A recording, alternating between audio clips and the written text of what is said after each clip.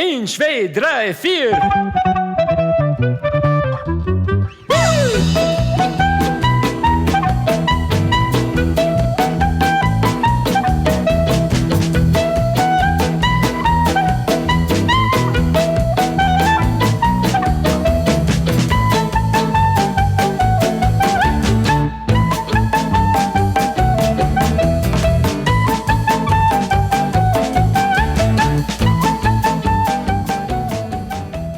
The founders of B'nai Havurah bonded in friendship, in family.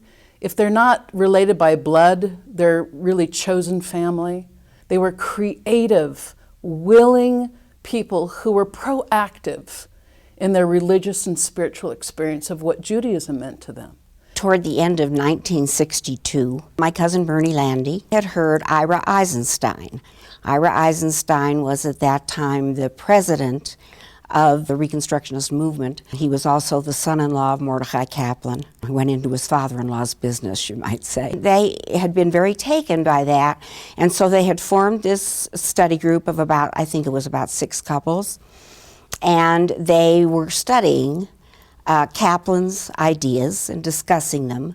And the other thing that they were doing was having very creative holiday celebrations, family celebrations. That was one of their major goals, and that was one of their major accomplishments also. So we went to a meeting and found ourselves very absorbed very quickly.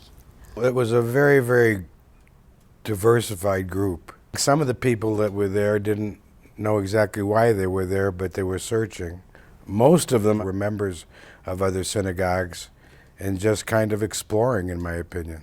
I liked the people. Shirley knew many of the people. They were also our peers, so the age thing hadn't come into play, and we didn't have any structure that we had to comply with, taking on elders of an established group. What I liked about the philosophy was that it really coincided with what I'd thought personally ever since I was about 6 years old. That there's no supernatural God, that Bible stories are just stories that were interesting, but I didn't take any of it literally. So this was the 60s. We were young, we were just out of college. We were imbued with certain philosophical, some pragmatic issues, particularly existentialism. I remember specifically studying and meeting Martin Buber during college. The Reconstructionist movement really reflected that pragmatism that was in the existentialist movement. And I think it was very, very important in motivating us to do what we were doing, because we couldn't find what we want in the classical synagogues that were available at that time, and we couldn't find the level of intellectual honesty with the philosophy and the education which we had just received. And so we were, in a sense, forced to find other people that agreed with us and we could communicate with. And we also were forced to figure out how we're going to raise our children. And what are we going to tell them? And where are we going to send them to Hebrew school? And what are they going to learn in the Hebrew school? And if they're going to learn something in the Hebrew school, is it going to be what we really believe, or is it something that we got to play with when they get home? That was a reason for us creating this study group. What attracted me to Reconstructionism was the fact that many of the people were already people I knew and admired and enjoyed. I liked the intellectualism. Reconstructionism was very experiential. It was a very exciting time, and we were so very young, so very eager to learn. I personally had come out of what I thought was a rather stagnant, non-creative Jewish experience. I was always a member of the synagogue, but I needed something different and new, and the people whom we had met and who had become our little band of friends were all interested in finding something that had a lot more meaning. We were free to run and free to create, and we did. We had a wonderful time together. We had the chutzpah to believe we could do anything within the Jewish community, and we did it. under the tutelage of, at that time, Bernie Landy, who was the head of our little group. We learned about the greats. We learned about Buber. We, of course, learned about Mordechai Kaplan and read his work. He said that classical Judaism could not speak to the younger Jews of that period of time. You had to come up with something new that was more American. When we finally heard him speak, there was somebody who helped us articulate things that were within us, but we didn't understand how to say them. And it was glorious. Mixed in with all of this was not only the joy of learning, it was the laughter that accompanied it all. That was laced through everything. We had so much fun. The people in our study group and eventually in our Havurah were very well-educated, committed Jewish people. It was a very special group of Jewish people. I'm very proud of being a Reconstructionist. I'm very proud of my Havurah. We've been together 50 years. The family feeling, the supportive feeling, the fun we have, the food we eat, the discussions we've had, serious and not so serious. We were flexible and willing to listen as well as talk. And a lot of groups you don't find that. Somebody has the answer and is prepared to give all of it to you, whether you want to hear it at all. The Havurah was really all self-run. Everything that was done by the people who were involved, and they all had different talents to add. I personally found Kaplan's theology, philosophy, very meaningful. It opened doors for a lot of new ways of expressing our Judaism, keeping the tradition and yet moving to new areas. Reconstructionism also provided another lens, and that was the lens through which we could see ourselves as feminists. As young women, we could do anything within our own little kahila, our own little community. We couldn't do these things out in the other branches of Judaism, but we could do the parshiot, we could do haftarahs, we could be up on our own little bima and do what we wished and do it freely as Jewish women, and that was a very exciting piece. The national organization didn't understand how we operated or who we were, and they called us the Denver experiment, and they didn't know what to do with us, or they didn't have a box to put us in. Later, after we hired a rabbi, they felt better about us, I think. I don't even know that we knew for quite some time that we were considered the Denver experiment. We thought that what we were doing was really very natural and normal. We had a group that we formed, and we were having activities, and we were involving our kids, and that's how we thought groups like this should work. Early in our history, we would go to the National Federation asking them for their history on what we are planning. And without exception, the answer was, we haven't done anything like that, and please let us know how it works out. We'd be interested in finding out. We were creative and offered the children a great many things. We have 3 daughters, and each influenced by the bat mitzvah, which grew in the Havurah group. Mordechai Kaplan had only daughters, and so when it came time for a bar mitzvah, he didn't understand why he couldn't do it with a daughter. And so he invented the bat mitzvah. Also the concept of the Havurah, which was at that time fellowship, but the synagogues didn't have that. Now they all have Havurahs. We would write services, and we would take what was existing, and we'd sit around the table and we'd say, can we include this prayer? No, that one has got too much God in it. How about this one? Yes, that one is good. Where should it come in the service? And so it was a process. And over the years, we developed a lot of services for high holidays and for Shabbat and for bar and bat mitzvah. The services that we created were mainly out of necessity because we didn't have a rabbi, and we didn't like the services that were in the Siddurim. We had a lot of talented people, we still do. One of our major items was music, and one of our favorite tunes was a Cat Stevens tune. Morning has broken like the first morning, Blackbird has spoken like the first bird. It's like a condensed shock wreath service, condensed from about 40 pages down to 2 paragraphs. One of the things that we have managed to create within our services is right here at the heart. We have managed to write things and say things and have music that you may be very near to tears, not because you're sad, but because it's just doing that to you. The foundation was based on a very deep tradition that Rabbi Mordecai Kaplan had, but his comment that the past deserves a vote but not a veto resonates with me, and people who belong to the Reconstructionist Federation are always re-examining the rationale for the practices and are very open to making adjustments. And the sense of community, I think, is just fantastic. When we first became Reconstructionists and worked on developing our Havurah and so forth, we realized that we had no school. And we tried different religious schools. And they didn't project our feelings about being Jewish. So we started out maybe 8 people, and we met in each other's basements, and we rotated from one to the next. We felt that kids learn best by experiences.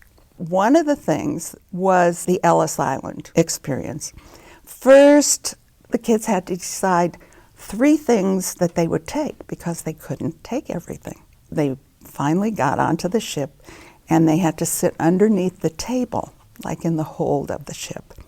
It was dark, and they were all crowded together. When they went through the officials at Ellis Island, they would say their name, and the person checking them would change it, say, go ahead, because it was either too long or they were too tired to bother writing it down.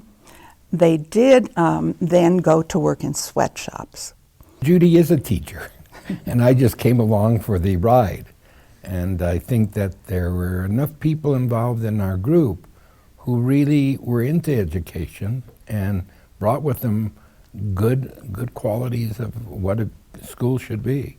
We developed a curriculum that we liked. Judy and I team taught a class on European Jewish history, and that was fun.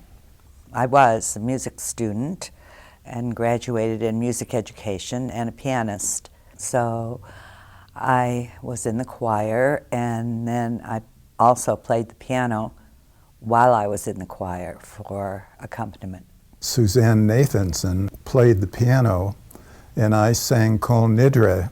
We wrote our own bar mitzvah and bat mitzvah services. We still have copies of them. We created our own music. I remember our theme song was Blowing in the Wind.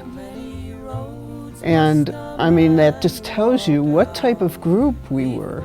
I mean, we were really doing our own thing, and our kids enjoyed it. Our children were always included. And so we performed many of our services, celebrations with children, putting on little plays. And even in our Havurah as grown-ups, we put on Sholem Aleichem, for example. And my daughter remembers seeing that. We had one of our Passover services in the Camlet's dry cleaners. The Passover Seder at the Camlet's Dry Cleaners was one of the most meaningful Reconstructionist experiences that either of us can remember. It was a cleansing experience, I think you could say. There we sat among the huge machines that press and iron and steam, and we're sitting there at our Seder. At one point, actually, I can use the words, it got out of hand. And we talked about limiting the membership, and that didn't sound like a fair thing to do. We weren't projecting any long-term goals, but we did have 2 things that we knew would not happen. One would be a building that was our own, and 2, there would never be a rabbi. That didn't work out, but I guess it actually did work out. I was having a telephone conversation with Rabbi Goldberger. I called him with a question of some kind, which I frequently did. He was a good friend. After he had discussed this with me, he finally said to me, okay, enough is now enough. It's time for you to get your own rabbi. The rest of us have our own congregations.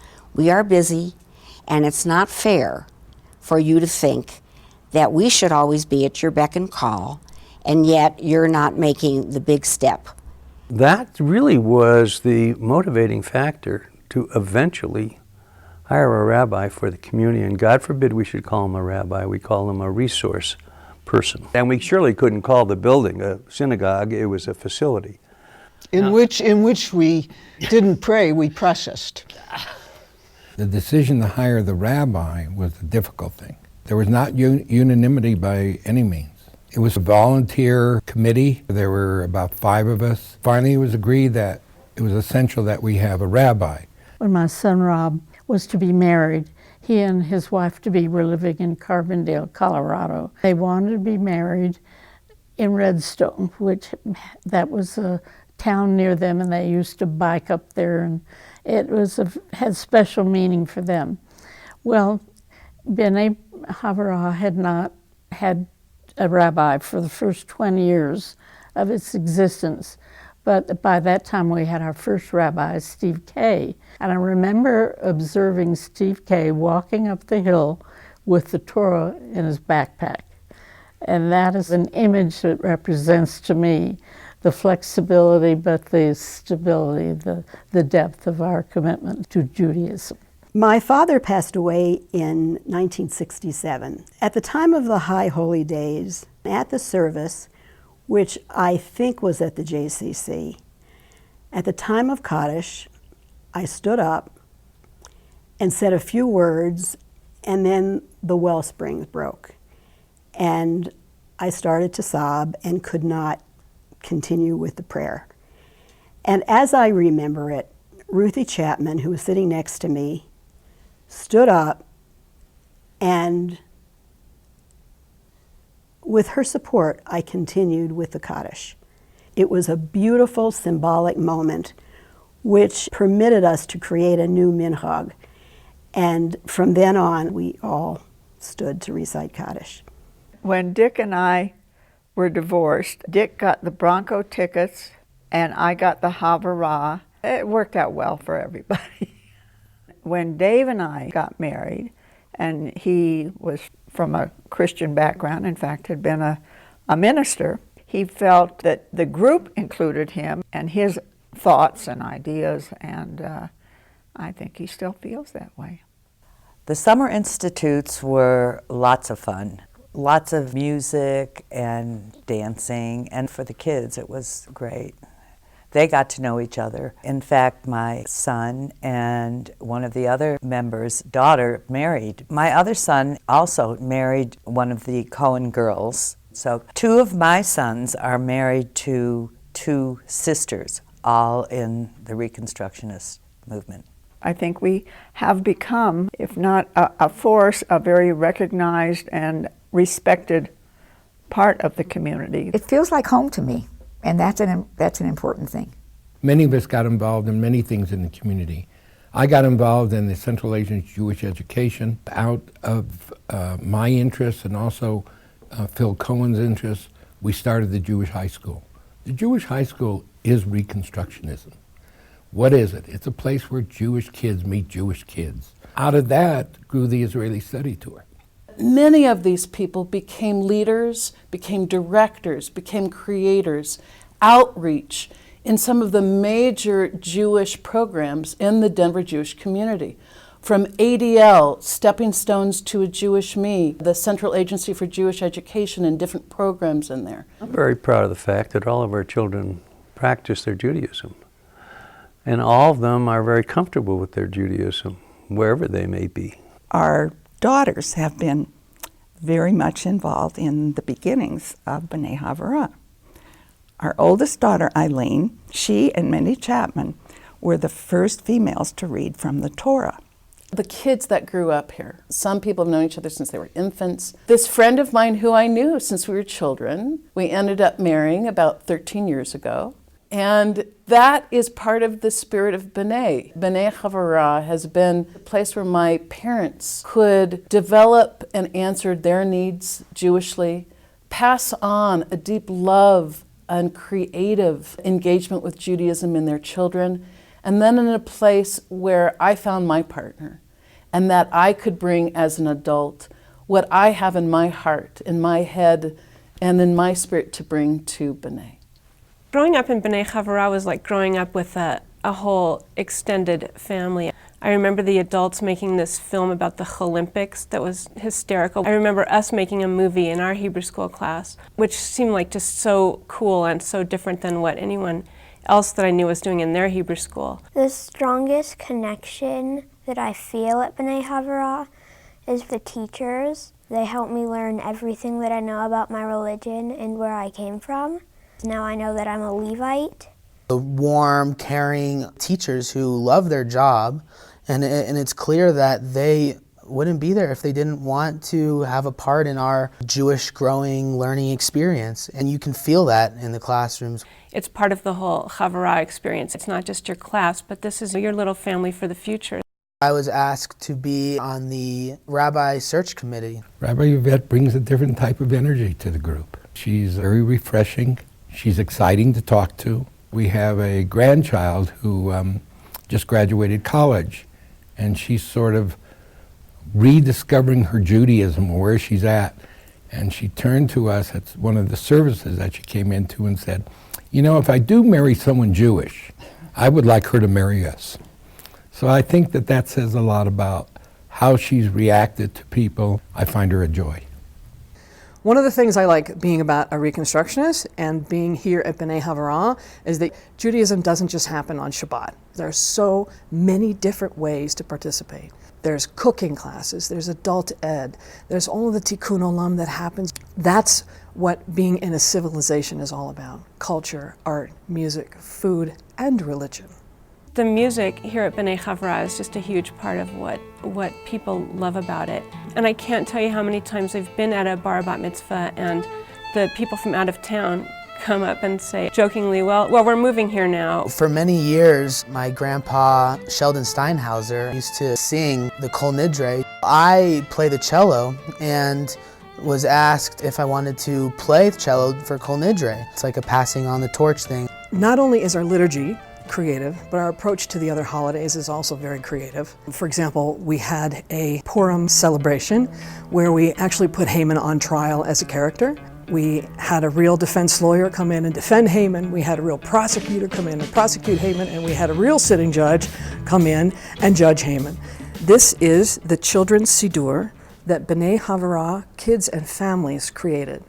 We went to the kids and families and we did learning first. What does Ahavah Rabbah mean? What is the Shema? The kids illustrated those. They wrote poems of their own along the same theme. Those were placed together in this Siddur. We make an accessible Judaism that ties back to a traditional understanding and past, but answers to a contemporary need. We have a very open door and an expanded tent.